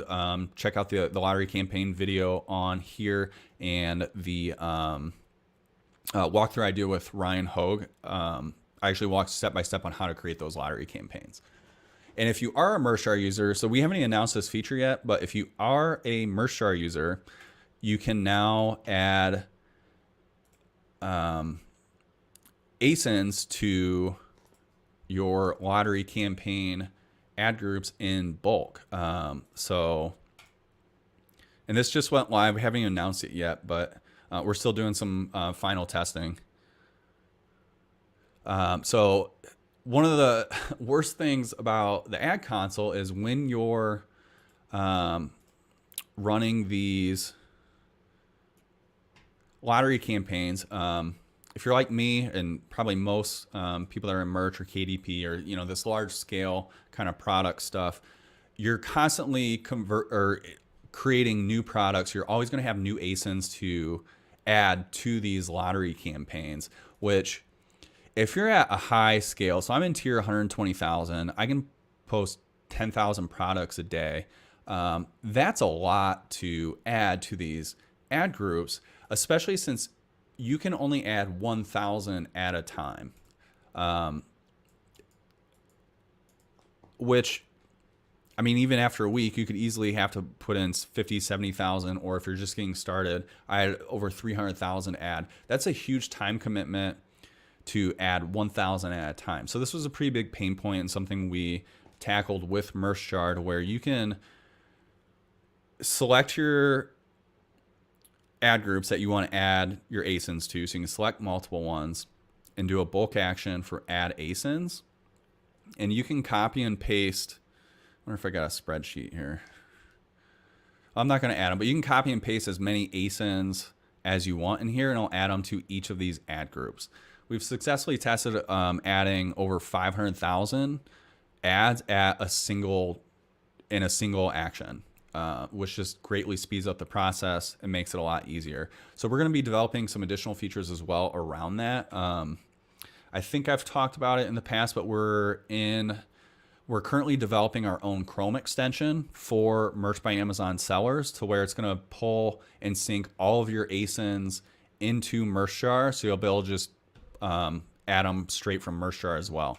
Because that is a pain point, having to use some third-party apps that aren't or extensions that aren't as reliable with pulling your ASIN. So we're creating our own. They're going to pull it in, and we're going to be doing some other cool stuff with that too, just like pulling in sales data and so forth. So that's all in development. We got a ton on the roadmap there, but again, Merchjar free to try out. You get a 30-day free unlimited trial, and if you do want to sign up, we really appreciate the support. 100% of the dollars are going straight to development and server costs to make the best product possible. So we definitely appreciate any support for that. So if you want to help support the development of all these features, we'd love to have you on board. Back to the question. So as far as lottery campaign, so yeah, definitely a lottery campaign for everybody. I would start that. Then if you want to, if you're a new advertiser, you have your lottery campaign going, you want to do a little bit more, I would start with single ASIN auto campaigns with your best-selling products and or products that have lots of reviews is where I'd start. So kind of, you can do this just one product at a time. You don't have to do a new campaign for every single product. So just kind of start with the ones that are, getting 80, 90% of your revenue and create a campaign there. If you want to be conservative, just start at low budgets, super low bids. You can start at 2 cents, which you're probably not going to get any impressions or clicks at a 2-cent bid, but it's easy to just go in and just keep slowly bumping those up every couple days if you're not getting those impressions. and that's where I would start. And if you do want to be more aggressive, just kind of start at higher bids. If you're new, you're not going to really know what those are, and it's going to vary pretty greatly, just based on your product and category, your competition. So I would say the best way, again, if you want to be conservative, just start low bids, 2, 5, 10 cents, somewhere in that range, and just start ratcheting those up slowly over time. If you want to be more aggressive, for merch, you're probably looking in a 30 to 50 cent bid, I would say, is a pretty moderate bid. And then for like Seller Central or private label, a lot of those products, you're going to be looking at $1 plus probably as your starting bid to be competitive. So that's where I would start. Best products for single ASIN, automatic campaigns. I wouldn't probably segment your automatic campaigns if you're new by targeting group like we've talked about. Just have them all enabled. You could probably skip compliments if you wanted. Those don't tend to perform very well. And you can segment those later.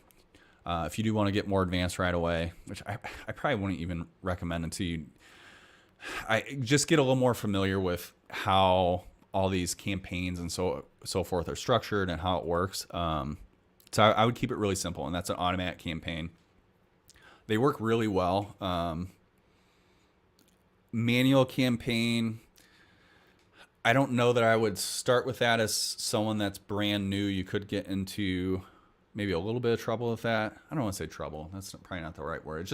It complicates things more, and I don't know that they really perform that much better than automatic campaigns, at least not that I've seen. So that's where I would start. I got one more question here. So if you guys want to submit any more questions, bit.ly/add questions, feel free to put them in the comments here. The form for the bit.ly add questions, that's going to be more of like an ongoing thing that we store all of your questions for, to use in future question and answer sessions like this. Let's see.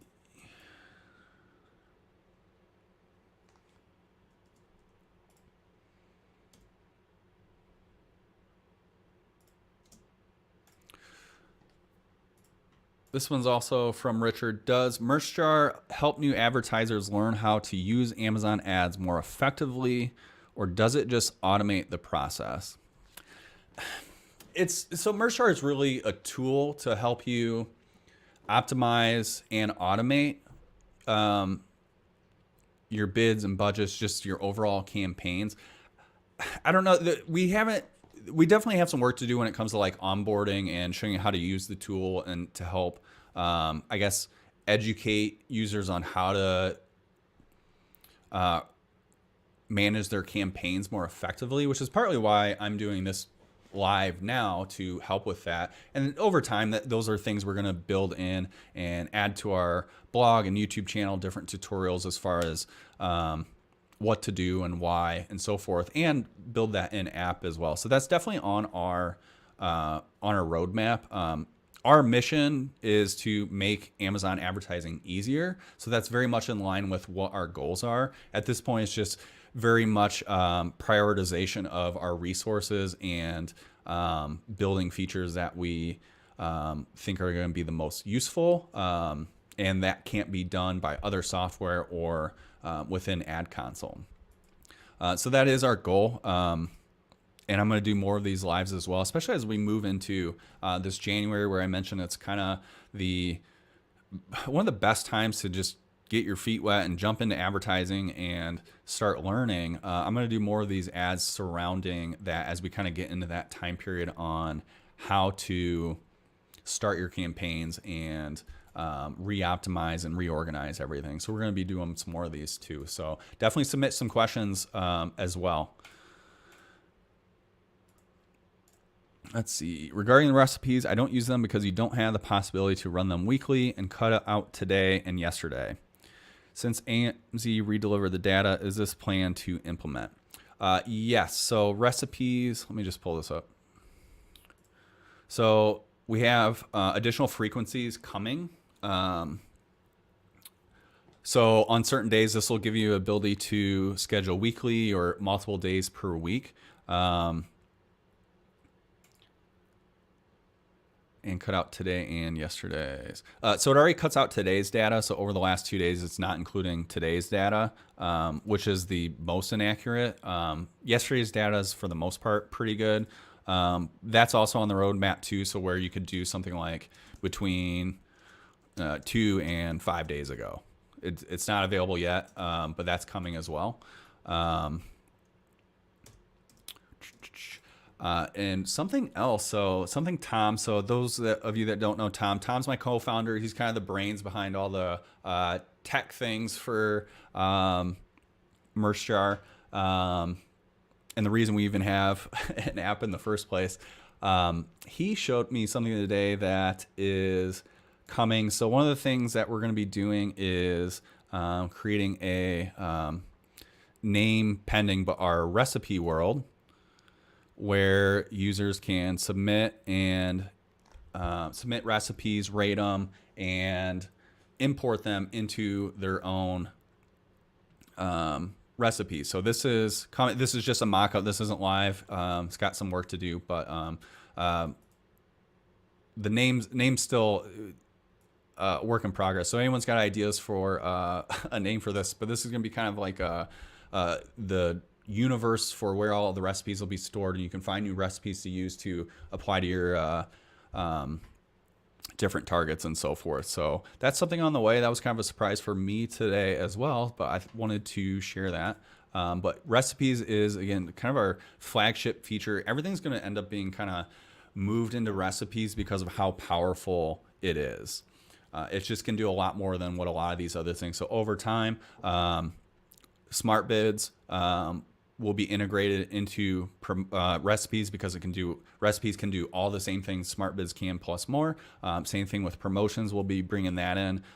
Soon you'll see kind of the first part of that is where there will be recipes around search terms, so that you can do in bulk. It's one of the biggest feedback we have with promotions is being able to negate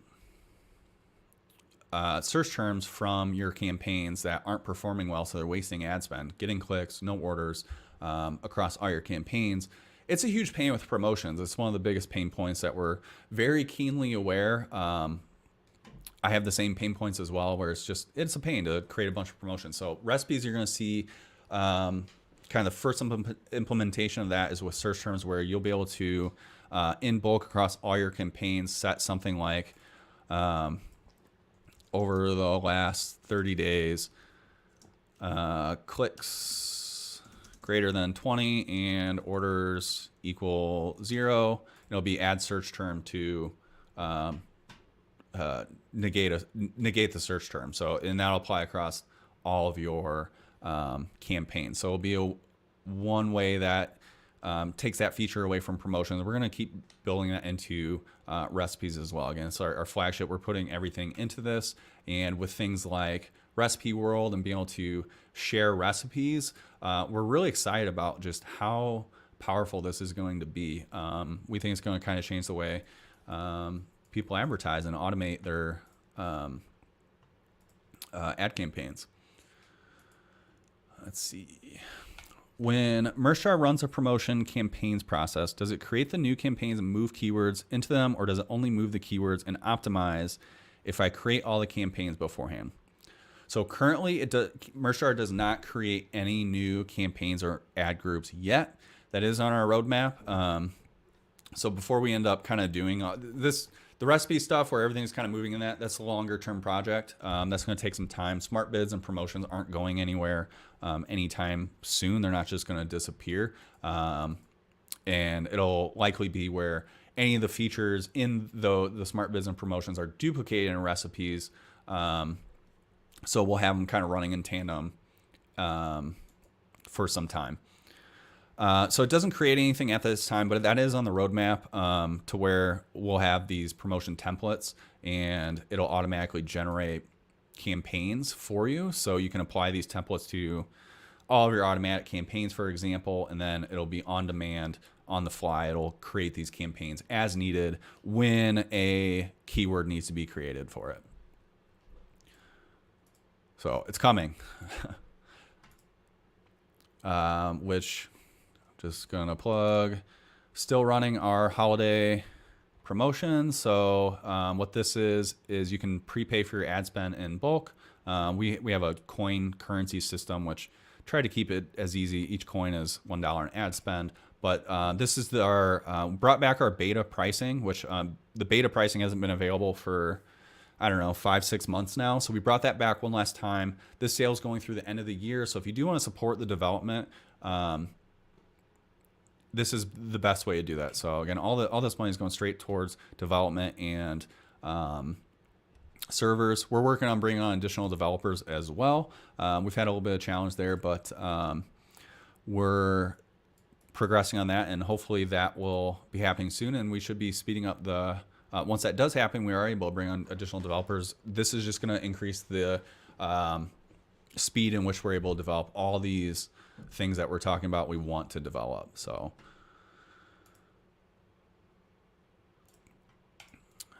I really love Mershar. Appreciate that. Curious to see what else is to come. So that's kind of the preview. I mean, everything's going into recipes. The recipe world, trying to think if there's anything else I can share.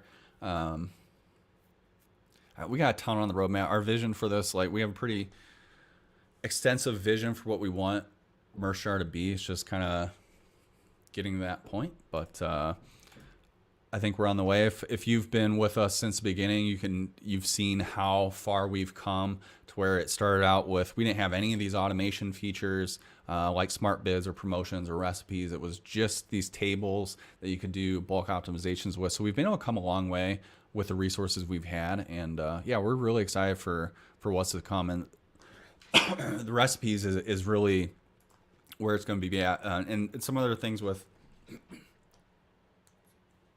recipes as far as like the frequencies, so even time, so you can even introduce like day parting within your campaigns, which I don't really recommend since Amazon doesn't give you the data, but it'll be available, as well as other things like CPC just got added today. So that's a new, actually some other ones. So we got some other clauses, I guess, or metrics that you can put in here. CPC, so cost per click, RPC, which is revenue per click, customer acquisition cost, and average order value. Campaign start and end date are also new. And then recently we had bid, budget, and campaign name and ad group name. Those can be pretty powerful too. So you can do things like contains, so lottery. I think we can need this in. Or if there's another keyword that's within your campaign or ad group title. So if it's like I use performance in my performance campaign, so I might want to have a recipe that's specific to my performance campaigns. You can do that. Some other things we're doing as well is comparative metrics down the road. So you could do something like where ACOS is greater than 110% of your target ACOS. So you can compare your ACOS directly to your target ACOS, or CPC is less than target CPC. So those are going to be things that are coming as well. So we're going to continue building this out. The big project that's taken up a ton of time was our new server migration. That happened recently. That was just completed last week. So that's going to free up a lot of time from our development team to focus on these new features, like getting these things in that, again, these just hit today for these different metrics that you can now use within recipes. So it's under full-time constant development. So we're always coming out with new things. But yeah, that's kind of a peek at what's to come. Let's see if there's any other questions. That is all the questions so far. I will stick around for a couple more minutes, see if any other questions come in. I think we went through all the different optimizations and kind of what I'm looking at. So if you miss any of that, this will be available on YouTube. You can go back through and see kind of what my thought processes are as I'm going through optimizing my bids and budgets as we come up to this sales cliff that's happening here pretty soon. And we'll come back and do another live. If you miss this and you're watching this after it's recorded, submit your questions to the bit.ly/add questions, and we'll use those in some future Q&A that we do as well. So you can submit those at any point. You don't have to wait or try to catch the live as it's happening. Maybe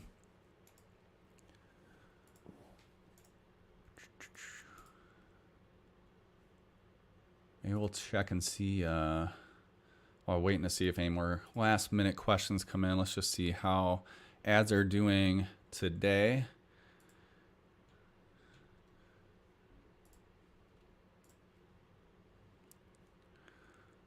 Oh, that's lottery. So 25% ACOS today with $700 spent versus about $3,000 in royalties. So we're looking at, what was it, $700 divided by 3,000. So it crept up a little bit, 23% total advertising cost of sales, or advertising cost of total sales. There's some ugly acronyms with Amazon ads, probably all PPC in general, but so pretty happy with that. And that's been with kind of that preemptive decreasing of bids and budgets. And you saw me go in there and increase the ones that I went a little overboard on. But I got a last second question from Ricky for what's next with Mershar. I kind of just talked about that with the recipe stuff. I guess like some of the other stuff we're looking at building in is better support cross-market to where you can import and export recipes across your different marketplaces. So we're working on that.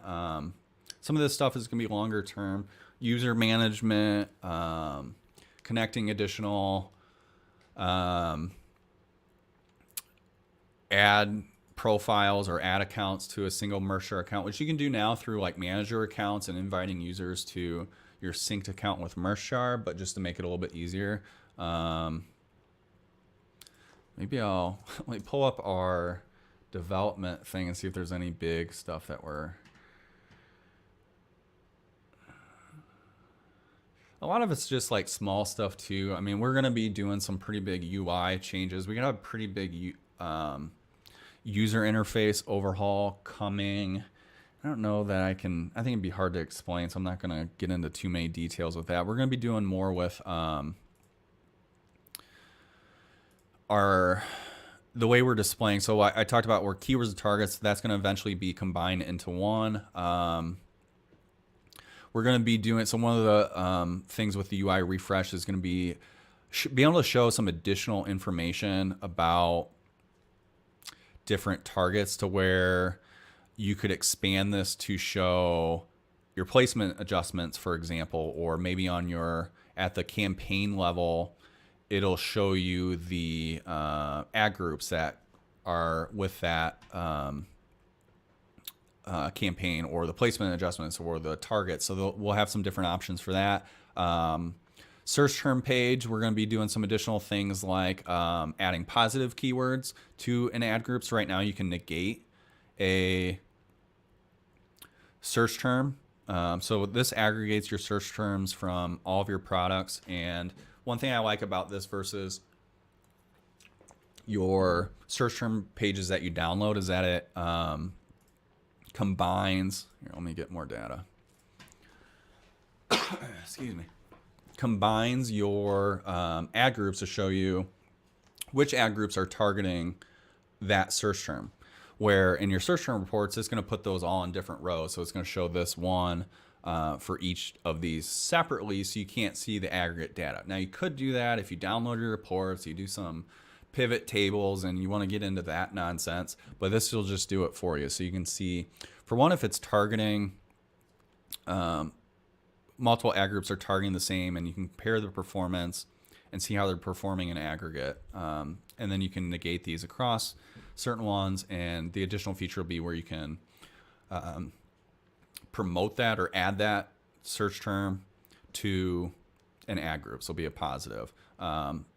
Right now, you can also copy to a clipboard. That was a newer feature that was just added. So that was make it a little bit easier to, when you do need to add them, to go into Ad Console to do that.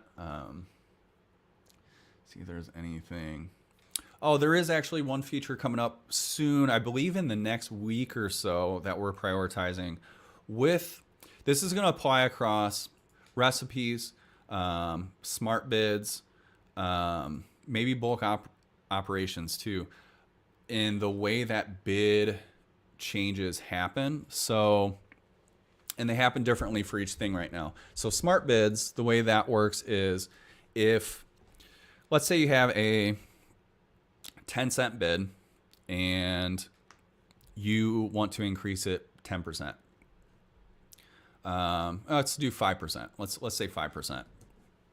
So that would be an increase of what? Half a cent, right? So a 10-cent bid, 5% of that is half of 1 cent.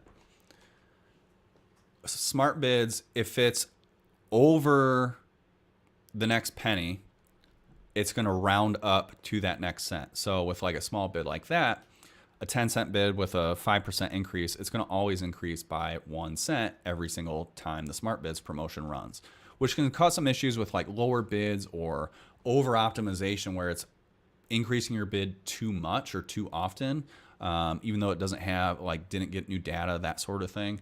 And then with recipes, it kind of works the opposite, where if it doesn't reach that cent threshold, so if it doesn't have at least a whole cent to increase, it's just not going to at all. So if you have a recipe where it increases a 10-cent bid by 5% every day, it's never going to make any type of bid increase. And the new feature we're going to be building in is options on how those bid increases happen or how it's calculated. So the new one that I'm really excited about is where it will randomly, I shouldn't say randomly, but I'm trying to think of how to explain this. In our example of the 10-cent bid with a 5% increase of a half a cent, that anytime that action is done with a recipe or with smart bids, if this option is selected, it'll have a 50% chance to increase the bid to the 1 cent. Or if it was a 3% bid on that, so now it's only 0.3 cents of an increase, it's going to have only a 30% chance of increasing that bid at a time. So what that, it solves a lot of issues with over optimization, where you don't, these small bids,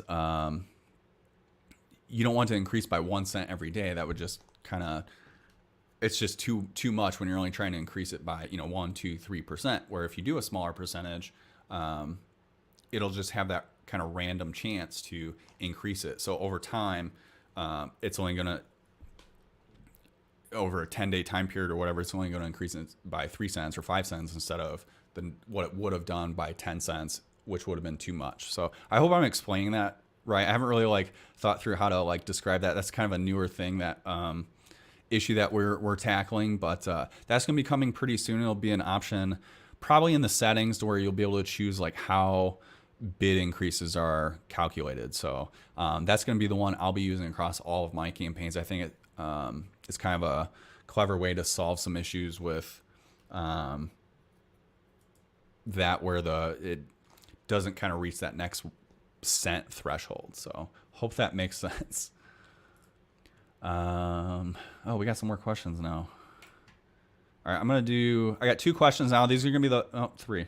I'm going to answer these last 3 questions and probably call it.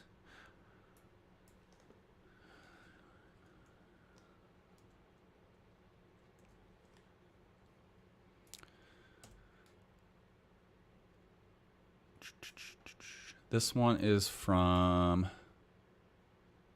I don't know why that didn't work. Why is it not? It's not putting it in the whole comment. Let's try this again.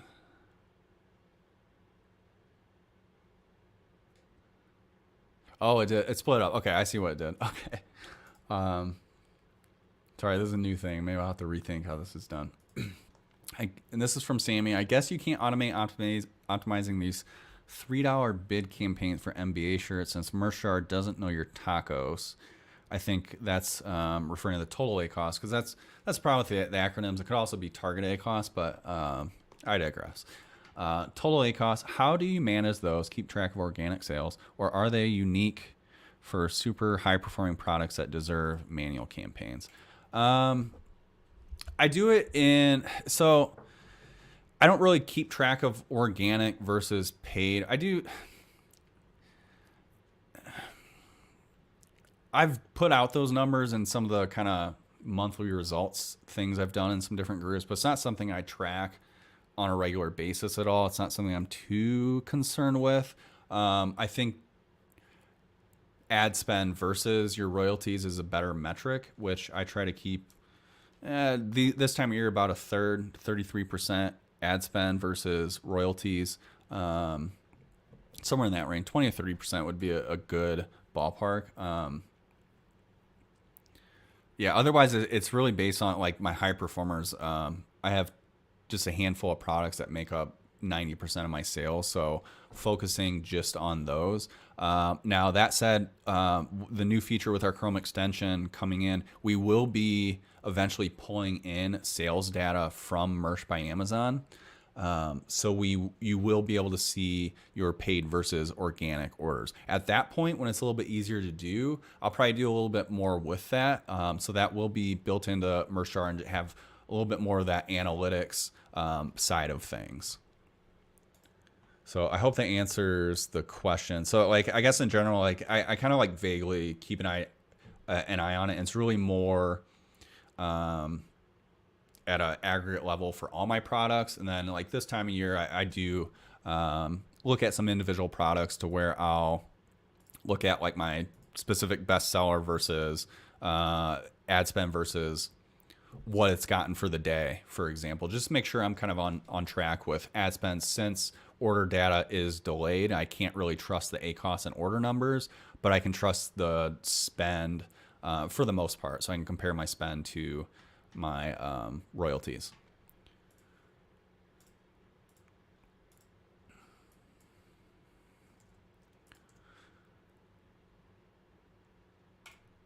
This one's also from Richard. Should you price products on the higher side if they are being advertised? For the most part, yes. So like my product, and this is gonna totally depend on, if you're not in merch, it's gonna depend on your profit margins. I like to have at least a $5 royalty or a 25% margin for advertising. So I would price on the higher side. I have ran ads on lower priced products when it's one that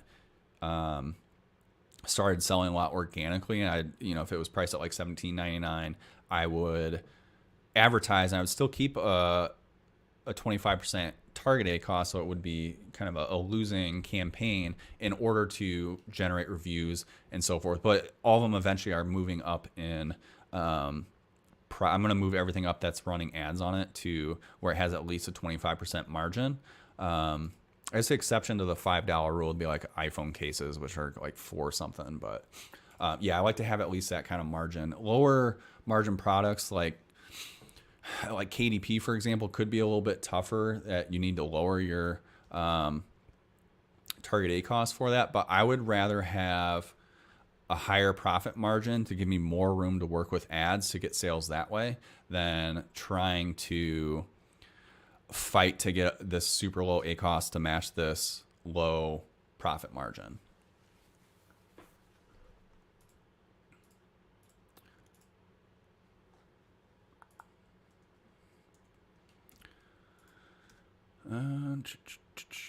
This one's also from Richard. This is going to be the last question. Does Mershar or the Amazon Ads Facebook group have SEO tips or training? We haven't done anything specifically on SEO. I do have an idea for a test I want to run for how advertising affects your keyword indexing, like how fast. I think I'm going to run that starting in January, that test, and run it for a few weeks. So keep an eye on that. Otherwise, we haven't done any SEO training. Trying to think. AdBadger, which is a competing software, but they have a podcast that's really excellent, actually. I do recommend that for anybody. If you search AdBadger podcast, you'll find it. But I've learned a lot on that podcast. I'd recommend it to anybody. But they did have an episode on SEO that was pretty good. Trying to think if there's anything else on SEO. My maybe quick 2 cents on SEO would be I like having keyword density that's mostly relevant. And the title is going to be the most important thing when it comes to your SEO. I mean, those are like pretty basic. But Amazon uses the keywords that you have in your title. So you definitely want some density with it without being too irrelevant. Amazon does a good job of being irrelevant in its targeting with like automatic campaigns anyways. So you don't want to go crazy with that. But yeah, I don't know. I'd have to maybe think about how I'd want to do some SEO tips and training. We don't get like too crazy with it. We kind of let Amazon's algorithm do most of the work, but we try to have like dense keyword titles, not repeating keywords in the title. The first half of it is going to be the strongest SEO juice, for example. So if you're looking to rank for a specific search term, having that in the first half of your title or right at the beginning, having that like exact the phrase match of that search term in there as well, especially if there's other competitors don't have that phrase match, can make it a little bit easier to rank. And there's some other tools that can help with SEO, like Helium 10, like a Cerebro, that sort of thing, keyword trackers. So there's some tools out there as well that you can do a little bit more with that. But we do have some plans on the roadmap down the road that we've talked about introducing to Mershar as far as helping with SEO. So, for example, if your product is selling well for a search term, but you don't have keywords from that search term in your title, we'll be flagging that for your product so you can update your title. So some things like that we have on the roadmap for helping. But hope that helps. But that's the last question I'm going to have. We're going to do another live at some point. I'll schedule this one a little bit more in advance. I wasn't supposed to have time today to do this, but my schedule freed up. So this was kind of a last minute surprise for myself as well as you guys. And we'll do ones here pretty soon as we move into the new year. But appreciate everyone for joining me. And you can keep submitting questions to the bit.ly/ad questions you see on the screen there. And we'll keep those for all of our future Q&A sessions. So we'll have those and maybe be a little more organized for answering some of those questions. But that's pretty much it. And yeah, thanks for joining. We'll talk to you guys soon. Got an outro to play.